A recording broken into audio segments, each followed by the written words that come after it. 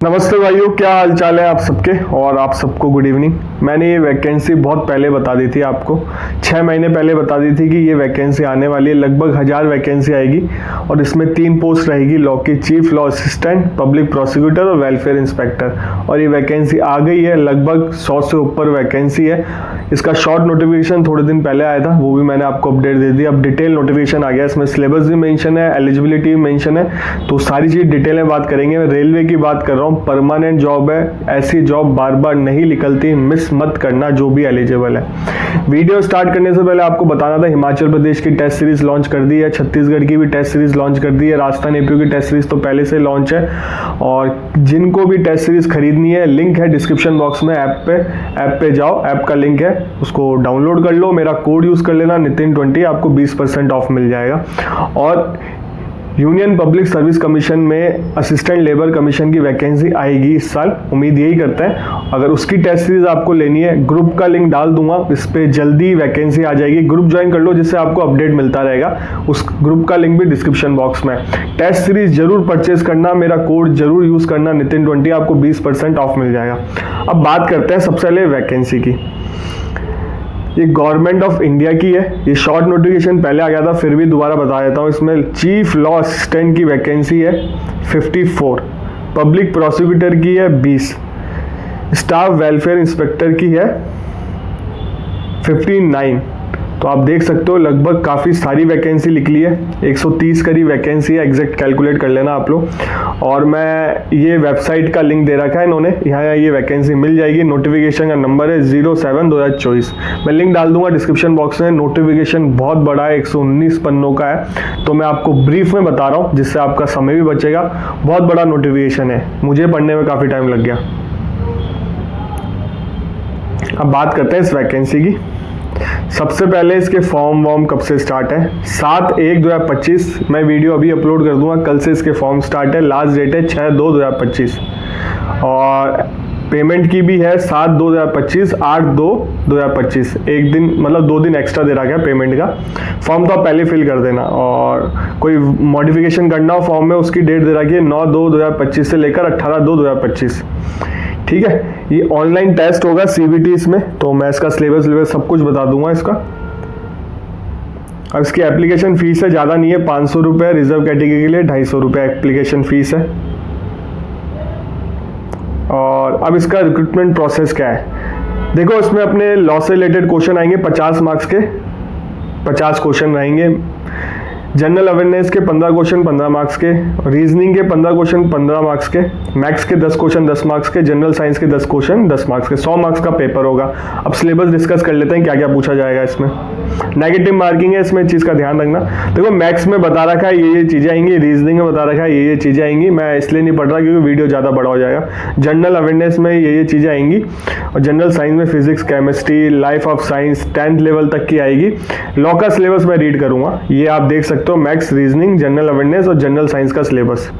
और इसमें minimum qualifying marks है, अदर के लिए 40, EWS के लिए 40, OBC के लिए 30, SC के लिए भी 30, ST के लिए 25, ये मिनिमम क्वालिफाइंग मार्क्स इसमें दे रखे हैं। अब बात करते हैं सिलेबस की।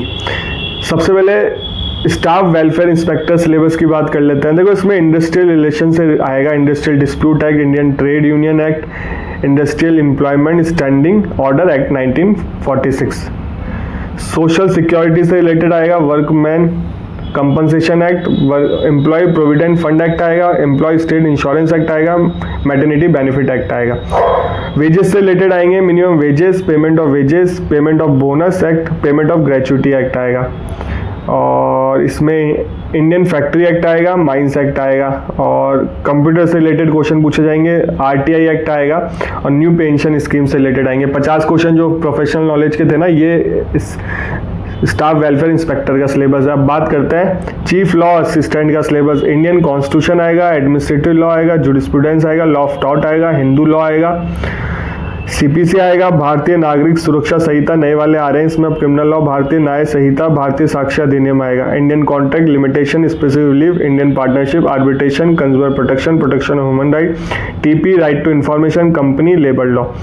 और लेबर लॉ में इंडस्ट्रियल डिस्प्यूट ये सब चीज़ आ रही है, employ state insurance, employ provident fund, maternity benefit, minimum wages, factory act, payment of wages act. ये 50 मार्क्स का चीफ लॉ असिस्टेंट का सिलेबस हो गया।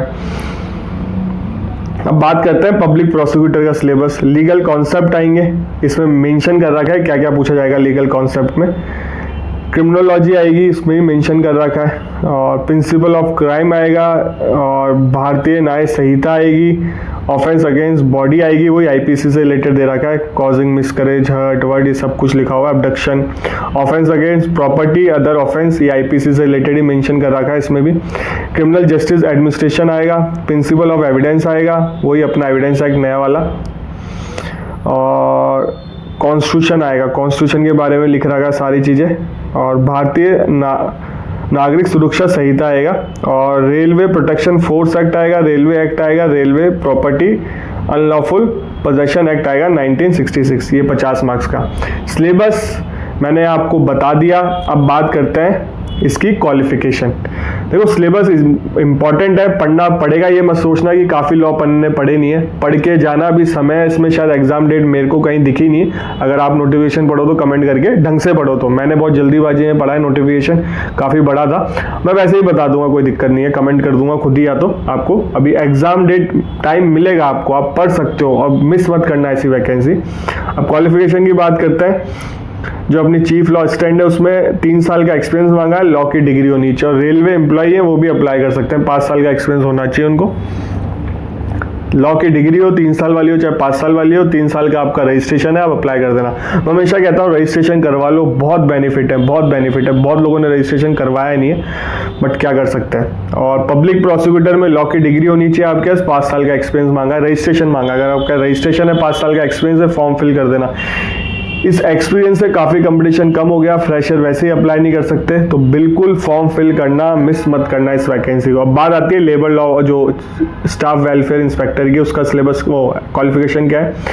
ग्रेजुएशन हो, मतलब लॉ करी हो आपने, चाहे बीए करी हो, बीकॉम करी हो, कुछ भी करी हो, उसके साथ आपके पास लेबर लॉ का डिप्लोमा है तो अप्लाई कर सकते हो। लेबर लॉ या सोशल वेलफेयर या लेबर से ही डिप्लोमा हो, या एलएलबी हो with paper in labour law.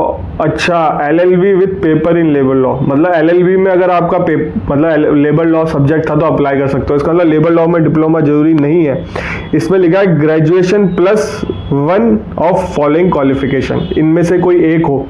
तो एलएलबी के साथ अगर आपके पास 5 ईयर लॉ में तो लेबर लॉ आता है, तो बिल्कुल अगर 5 ईयर लॉ के स्टूडेंट है। सबसे बड़ी बात, इसमें फ्रेशर की जॉब है, मिनिमम क्वालिफिकेशन, इसमें कोई एक्सपीरियंस नहीं है। वेलफेयर इंस्पेक्टर वाली फ्रेशर अप्लाई कर सकते हैं, और काफ़ी अच्छी संख्या है, इसमें 50 से ऊपर वैकेंसी है। जिनके पास 5 ईयर लॉ थी, उसमें लेबर लॉ में सब्जेक्ट था, आप अप्लाई कर देना। इसमें साफ साफ मेंशन है, PG diploma in personal management, MBA, ये सारी चीज़ें, एचआरए, सब कुछ मेंशन कर रखा है। इसमें कोई एक्सपीरियंस की बात नहीं गई है। आप पढ़ सकते हो ग्रेजुएशन +1 ऑफ फॉलोइंग क्वालिफिकेशन। इसका मतलब जो मुझे समझ में आ रहा है, इनमें से कोई एक हो। इसमें सी पॉइंट लिखा हुआ है LLB with papers in labor law, तो अगर LLB में आपके पेपर्स थे लेबर लॉ का तो अप्लाई कर सकते हो, ठीक है।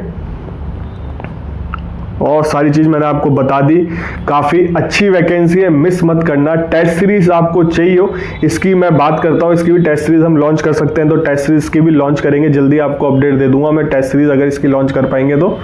और हिमाचल प्रदेश की टेस्ट सीरीज लॉन्च है, छत्तीसगढ़ की टेस्ट सीरीज लॉन्च है, राजस्थान एपीओ की टेस्ट सीरीज लॉन्च है। अगर राजस्थान एपीओ की टेस्ट सीरीज आप परचेज नहीं कर पाए, मतलब राजस्थान एपीओ के लिए स्पेसिफाई बोल रहा हूँ क्योंकि एग्जाम बहुत नज़दीक आ गया, मैं कोचिंग वालों के नंबर मेंशन कर दूंगा डिस्क्रिप्शन बॉक्स में, आप बात कर लेना, मेरा नाम ले लेना और मेरे चैनल का नाम बता देना। आपको काफ़ी हद तक फ्री में ही, मतलब बहुत कम पैसों में राजस्थान एपीओ की टेस्ट सीरीज मिल जाएगी। लैंग्वेज की भी टेस्ट सीरीज चाहिए अगर आपको, हिंदी इंग्लिश की, वो भी मिल जाएगी। देखो ये वैकेंसी बार बार नहीं आती, मैं हमेशा कहता हूँ चैनल को सब्सक्राइब रखो, बेल आइकन दबा के रखो, आपको इस चैनल पे लॉ से रिलेटेड अपडेट मिल जाती है।